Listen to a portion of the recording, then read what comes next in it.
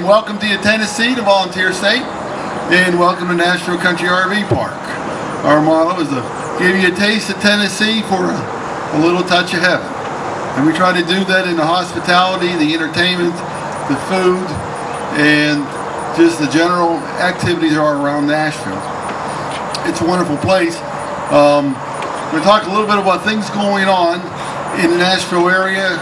I call this my infomercials.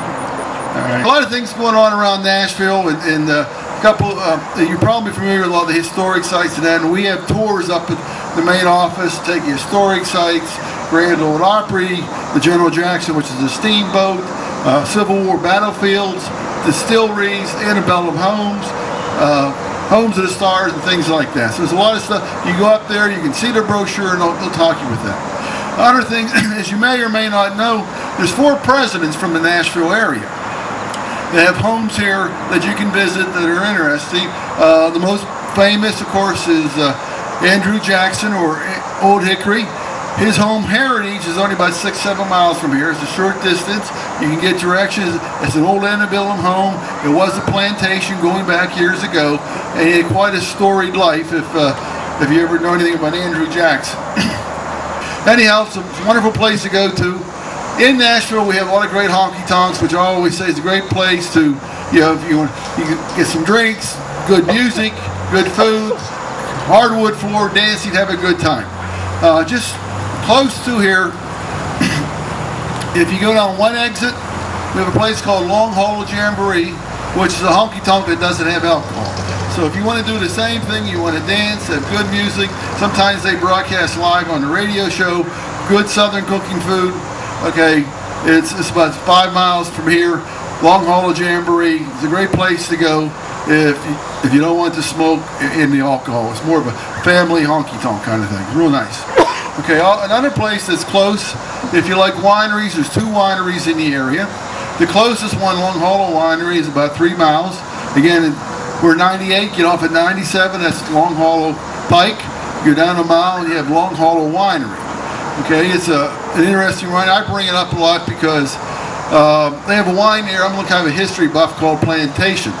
And this wine is from a formula from the 1820s from Tennessee. And it's made from Tennessee grapes of the air and with a formula. So in the 1820s, 1860s, whatever, 1880s, if you went to a plantation around here, it'd be just like they have what they call a house wine, what would be the plantation wine. And it would be the local grapes, and this is what you would have. So if you want, hey, what would people drink back then? This is a sample of that. And they have another wine that was popular, so they got another wine called Tara. Does Tara ring a bell with anyone? Anyone remember Gone with the Wind? Okay, Tara was the plantation that Red Butler and Scarlett O'Hara stayed at. Well, that was outside Atlanta. Okay, so what they did is they got a formula from the 1880s from that area where Tara is, and grapes and a recipe, and they have that here. Now, both of them are natural recipes. Today we call that organic. Before they used to call it good stuff. So anyhow, label it as you would, but they have it. And if you go down there and have wine sampling, and I just say don't do like I did the first time. I tried them all and I didn't know what I liked. It was too much. But if you tell them you're from Nashville Country RV Park, they will give you a 10% discount on the wine. So that's an interest that makes it worthwhile. Another local place, real good, is outstanding, is Mansker Station, or Mansker's Fort. It's a recreated and rebuilt 1790 way station or fort from the early pioneers. It was used in the movie Daniel Boone. And it's located about 2 miles from here. It's, if you ever were, anyone was in Williamsburg, Virginia, okay, it's that type of thing. People dressed in the costume of the day. You go in here and they show you how they cooked and how they cooked over the fire. In the spring they have the oxen out. Sometimes they're working the logs, taking the fibers, making rope. And they grow crops that they grew then that they needed for the flax and the seed and the oil and all that stuff. And right next to it is a building, the oldest red or brick building in Middle Tennessee.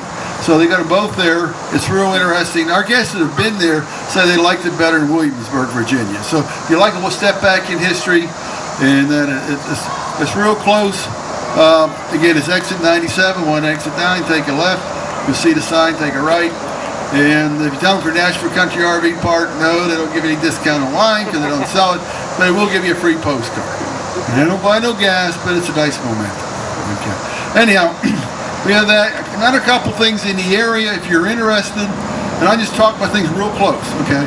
We have two racetracks that are real close, about 5-6 miles. One is an oval track. It runs on Saturday, Highland Rim Speedway.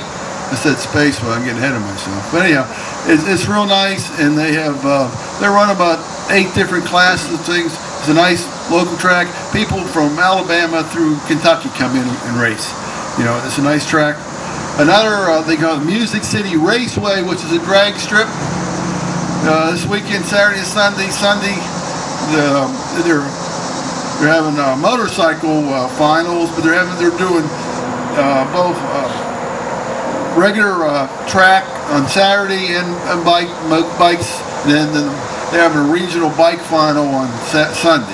So anyhow, if you like drag strips that's close, that's 5-6 miles, something else to see is real close, you don't have to go anywhere. If you go straight into Goodlettsville, this is 31W, underneath the interstate, you hit 41, you go into Goodlettsville, there's a lot of antique shops there. If you like antique shops and antique malls, there's a lot of places like that for there. I have a little, what I call, if you want to see a little bit of Tennessee, like a self-guided tour, and they have directions up in the office, but basically this takes about an hour and a half to 2.5 hours, depending on how long you spend. But basically what you do is you go underneath the interstate, you hit 41, you go north. So there's a lot of things to see and do.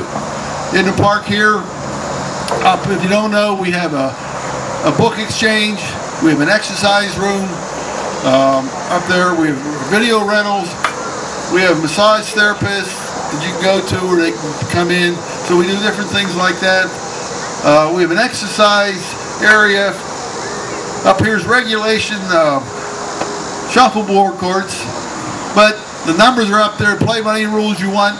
If you want to call it 100 or 1, the idea is to have fun, play by the rules. We have a big pet trail in the back, or a nature trail. Where we're tagging some trees, and you see that, what that is, we are what they call a Class 1 Tennessee Arboretum. We're the only one in the state of Tennessee, which means that we have identified like 36 variety of trees in the park. We're putting up numbers, we're coming up with a thing where you go around and see them. Like one of the trees over here was used by Native Americans to make bows. There's another tree over here that gets so big that early Americans used to live inside the trunk.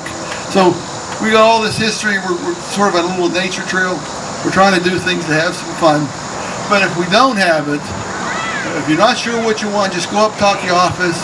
We run a little bit of a concierge up there. We can help you get tickets, tell you where things are, restaurants and that. There's all kind of restaurants, good southern restaurants, barbecue, Italian, Mexican, you name it. You can have it your way. Like I told someone earlier, we have one rule in the park, and that is no such thing as having too much